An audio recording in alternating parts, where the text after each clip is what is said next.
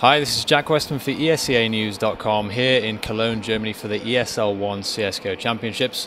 Joining me this time is Corey Semphis from Cloud9, who've just been eliminated from the tournament by Ninjas in Pyjamas. Corey, your immediate reaction? I hate the customs. Pretty concise answer. Yeah. All right, so let's talk about the maps in that case. You clearly didn't get the map you wanted to play. What did you have left in the Veto before Cobble was randomly selected? We had Inferno and Cash, but it wasn't even just the fact that Cobble was left in. It was the fact that with those two maps, we had to let through Nip's best map, which is Nuke, into the pool, which we normally would have probably vetoed, to be honest. But with us not being able to play Overpass or Cobblestone, it made us have to leave Nuke. And obviously we won Nuke, but I mean, it just puts us in a bad position where we can't really play the veto system at all when we don't want to play three of the maps. And I think a lot of teams like Navi are kind of like that. They didn't want to play Nuke either. Yeah. They never play Nuke. You know, IVA Power doesn't play Mirage. Everyone has that one map, and then you add two new maps with 1 month preparation. It's hard to feel comfortable on all three of the maps, you know, so. Yeah. Even if you'd had longer to practice these maps, do you still feel that 7 maps in a pool is quite large? I'm fine with 7 maps. I don't even think Overpass is that bad of a map. We just didn't have a chance to play it because in America no one will play us on the map. Yeah. But I think Overpass is fine. Cobblestone just is too large. It could be a decent map, but it needs some tweaks. But they shouldn't have just thrown it into a tournament and then gave us a bad veto system. At least give us 2 vetoes so we can remove them both. Because if we could have removed them both, then I wouldn't be complaining because, you know, in groups you have the option to remove them both. We didn't play one time. And they just made this veto system up just to make these pub maps get played. Yeah. And yeah, I don't know. I don't think the randomness of this tournament shows who the best team is. I've been asking people this throughout the weekend, and I've had different answers. I can understand why Valve have put the random aspect in, because tournaments in the past you've ended up just playing like 2 maps in the groups, right? The randomness forces a variety of maps, but it also means you get these 2 relatively untested ones in. Yeah. Is it worth sacrificing, using these untested maps just to get a bit of variety in the map pool? I think I've never had a problem with new maps. It was more the time scale that they threw it in, like 1 month. Okay. It wasn't in the qualifiers, in any of the qualifiers in Europe or North America, so no one was practicing. Train was actually in the qualifier for whatever reason. Yeah. And then, you know what I mean? Like, it's just the whole system was bad. At least if the qualifier had Overpass and Cobblestone, it would have made people have to learn them, or else whoever's nerding it out on those maps will be better, you know, for qualifying for this event, which obviously people are going to try to do. Right. I don't know. I'm always welcome for new maps, but I think it should have been more of a pro decision in terms of, like, Cash was a great map. Now we added it. That's good, right? No one's complaining. Yeah. But I talked to a lot of teams, and even Nip said they didn't really practice Cobble that much. It's just they have to, you know, like, just because of the veto system, it forces you to play more maps than you normally would have. Right, it's more of an obligation. Yeah. Okay, well, let's forget about Cobble for the time being and talk about the first 2 maps you played. Nuke, obviously, you felt Nip was strong on that, but you managed to win it from them. What was going right for you on that game? Well, I mean, we lost Pistol on CT, which honestly we should have won. We had it won, but miscommunication lost it for us, basically. It was, our CT was all right. I think we got like 8 or 9 rounds. I don't remember exactly. But on T side, we won the Pistol, which was big.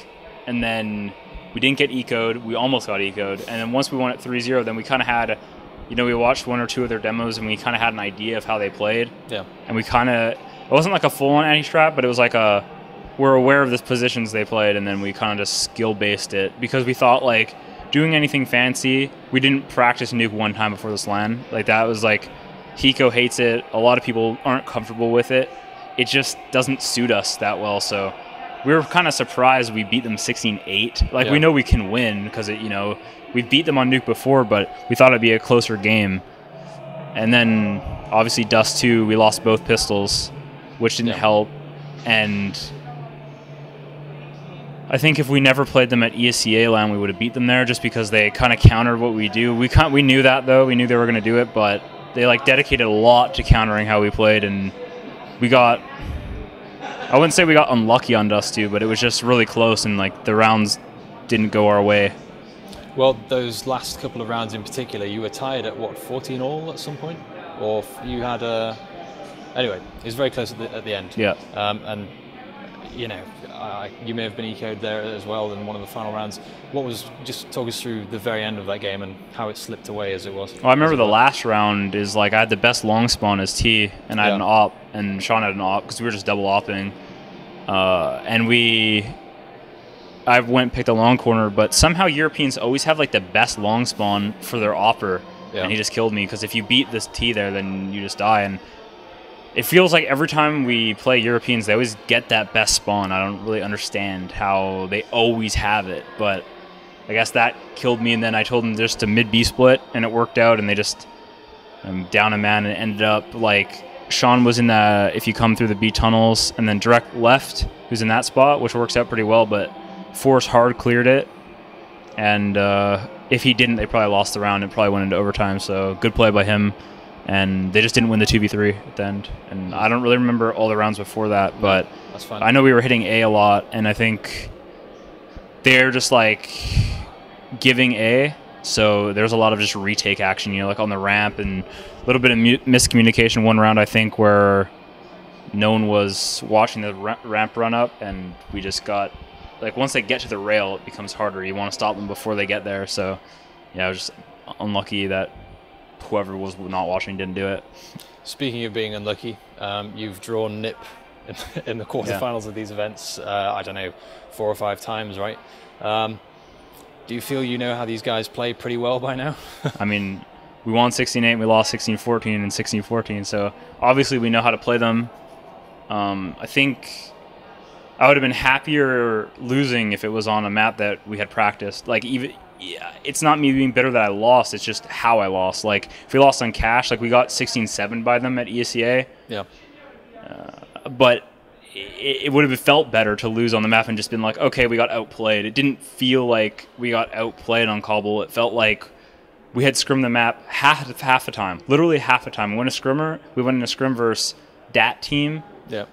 We kept getting opped by World Edit, and we were like, nah, and we just left the server. We just left. We're like, there's no point. Like, we were better to focus on the other maps because we're not guaranteed to get out the groups. But obviously, in the groups, you can veto both the maps. So we're like, focus on the groups first. But like I said, that's a time thing. If we had more time to sharpen it up with Shroud and stuff, like if Shroud had been on our team for like 6 months, it wouldn't have been as big of a deal, I guess. Yeah. For that sense, because we wouldn't have the brush up on, like, we trained Mirage hard because that's a map that Dignitas and Titans both like playing. So we wanted to make sure we were really good on it. Never again, please. Yeah. Can we go ahead and just remove those maps? Like, we're not even good on season, but we'd prefer that, I think. Like, I don't know, just season. Yeah. Train, Tuscan, Brute. Can you pick your shit up?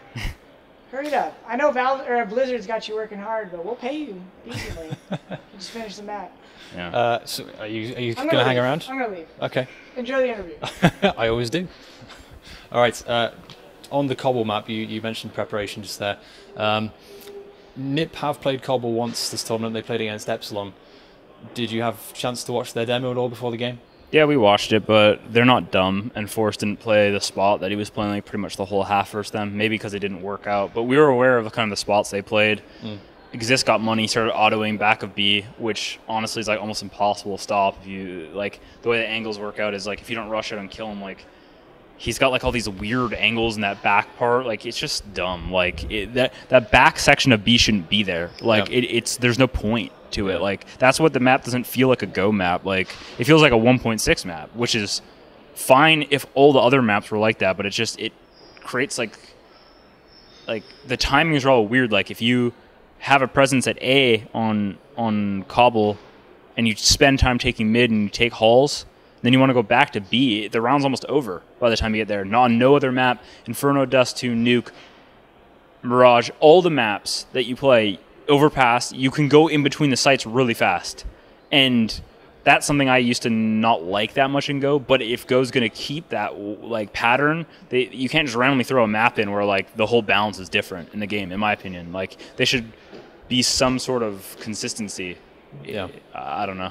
Do you think the size of the map is the reason you guys were running out of time? Because it seemed like on a lot of the rounds, you were getting the bomb down with like less than 10 seconds to go. There's a couple of rounds you lost because the bomb was dropped. It takes a lot of time to clear things, and we don't even really know how people like to play, so we're being extra cautious on top of that. And we, like, Shroud had never gone up in that window room on T, and he's like watching the hulls push for the Opper and stuff. So when he's up there and we want to go to B, we have to wait for him to come all the way back. You know what I mean? And like I said, the timings on it are just weird. It's just so long of runs. So I think we were waiting around to make sure we were grouped a lot of times, and obviously a couple of mistakes. I think we got ecoed twice. Yeah. We lost pistol, or we won pistol and we got ecoed on T side, which really hurt us. And like none of those shots were anything we ran. We just cut, like, honestly, when we played CT, we stole their strat mid-match. We're like, okay, they smoked that right side and they just scale the left. I was like, let's just do that. Right. So we literally took their strat in the game. Like, that's not, I guess you can blame us for that, but I don't know. I don't think so, because I think I should have had the right to veto it. Yeah. I don't know. No, on the subject of Shroud, very quickly, this is his first international LAN. He seems to be playing amazingly well today in particular. He seems like a good fit for you guys. Is that fair to say? Yeah, he fits in well. I mean, he's kind of like Brax. He's like, he doesn't really get nervous or anything, and he's calm. Like, you saw the 1v1 versus Exist, he just hid in a corner. That's something that, like, Swag probably would have done. So I definitely think 1 or 2 events, and he'll just, once he gets, like, even more confidence. Like, obviously he wasn't not confident, but there becomes a time where you're like, you're not going to get cut from your team, or I don't know if that's what he's thinking, but, I'm just saying, like, in general, like, when you're comfortable with the team, it makes you able to make bigger plays, like when you just run through a smoke or something. Like, I don't know how every person thinks individually, but I know, like, if you are scared that your team might cut you, you won't do something. So I think, decent results, and he'll only get better. The more comfortable he gets, and the more he feels part of the team, the better he'll get. So, yeah. Right. You just mentioned there that he's kind of a quiet guy overall, but on the stage at the end there, you all seemed pretty quiet. There's a round on Cobble where, Jordan had a 3-man clutch, and usually Jordan would be on his feet, slapping the table, cheering, but it was very subdued. Was that the tension kicking in at the end of that Cobble game? No, I don't know. I think it was like, I think he went like, yeah, or something. I think Hiko might have yelled. It's just, we're not a really, like, crazy team. Maybe, like, when we actually win the game, you'll see, like, Sean and Jordan do something, but it's not like mid-match. We, like, keep calm, keep composure mostly, and yeah, I don't think we've been one to, like, jump up mid-round, so I think that's probably just the reason. I guess there's not much point shouting if you're just one round part of the bigger picture, right? Yeah. All right, I will let you go very soon. It's getting late here in Germany. Before I do, 2 more questions. How do you've come to Europe a couple of times, you've never quite cracked the podium, as it were. What does it take to improve from here? We just need to be more comfortable on all the on more maps, I think, because that's always been our problem. Like, even in DreamHack, when we got 3rd, 4th, we weren't comfortable on Train and Mirage, and we got kind of lucky that the teams up until Fnatic didn't like Train and Mirage, and those were new additions, whereas Train had recently been changed a little bit, and Mirage was a complete overhaul, and we were good on the old Mirage, but we weren't good on this new one. And it was not an ESCA at the time. Like, they had the old version, and they were using Volcano Train, so we couldn't play the 2 maps. So it wasn't really our fault in the sense that we wanted to practice them. We went over and we played them in boot camp because we have a week. But a week is not a lot of time when you're cramming 2 maps. We brushed up Inferno as much as we could, but we couldn't do Train. And it was kind of the same situation as here, although I didn't think it was Valve or anyone's fault. I thought it was ESCA's, like, fault for not adding it sooner. But I mean, they do have them now, so that's good. I was just it's more like the leagues just need to have a agreement, I think, to just use the same maps, or else it's just so dumb for progressing like North American CS if we're playing all these different maps. So I definitely think, like, we've always had that problem. Like, it would be really nice if we keep the same 5 and we get really nice, like maybe even 2-week boot camp next time, I think that's when you'll just see us just like thrash people, because everyone sees like we have the potential to beat anyone. It's just we always have like these hurdles that we have to overcome, where like before ESL Poland we didn't get a boot camp and Brax's internet was gone for over a week and we didn't practice at all. Like there's not much of a point playing with a ringer, honestly, at our level, in my opinion, like versus American teams.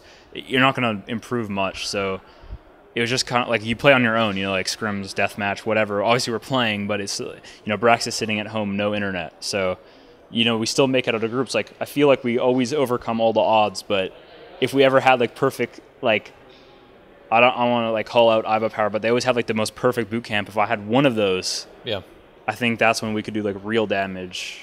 Up until then, it's always going to be like we'll cause some upsets, but we won't like win the tournament, I guess.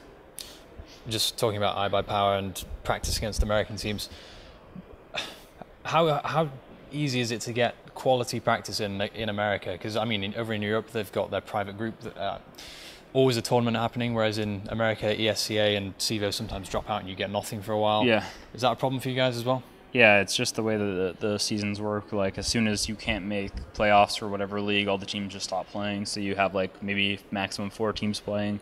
Yeah. And we don't scrim IBA Power, and they don't scrim us. So it's, like, it's just, like, one of those things where you just... It's kind of like Dip's most likely not playing Virtus Pro all the time. You know, you don't want to show competition to everything. And just like when you play groups, like, once the groups get released for a tournament, you're not going to play... No. Like the teams in the group. It just doesn't make sense. So we only have a couple teams to play, and they are changing players and dying all the time, and they don't even play CS properly. So it's like, yeah, it's hard playing in America. Right. Corey, I will let you go. Before I do, thank you very much. Thanks. Commiserations again. Do you want to run through sponsors? Yeah, I think you can see them on my jersey. I got like the Air Force, actually. HyperX, which is Kingston RAM, Alienware, Logitech. Big shout out to Logitech. I don't know what else I got here. I'm new to Cloud9. Army Reserve. The Army Reserve. Oh, sorry. Air Force? Air Force Reserve. Yeah, the Air Force. American logos. Yeah. Alienware. Yeah. I'm sure they can see them on the camera. Yeah. I'll sort it out. Yeah. And message to the American fans. You've had a lot of support from back home. Thanks for all the support. We appreciate it. We try to never go out in groups. So far, we've never disappointed. Hope that we never do. We always get a hard-ass group, and we always make it out. So, all right. Well, thank you very much for the interview again, Corey, and for everyone at esca.net and escanews.com. Stay tuned for, well, just tomorrow now, Sunday, for the conclusion of ESL One here in Cologne, Germany.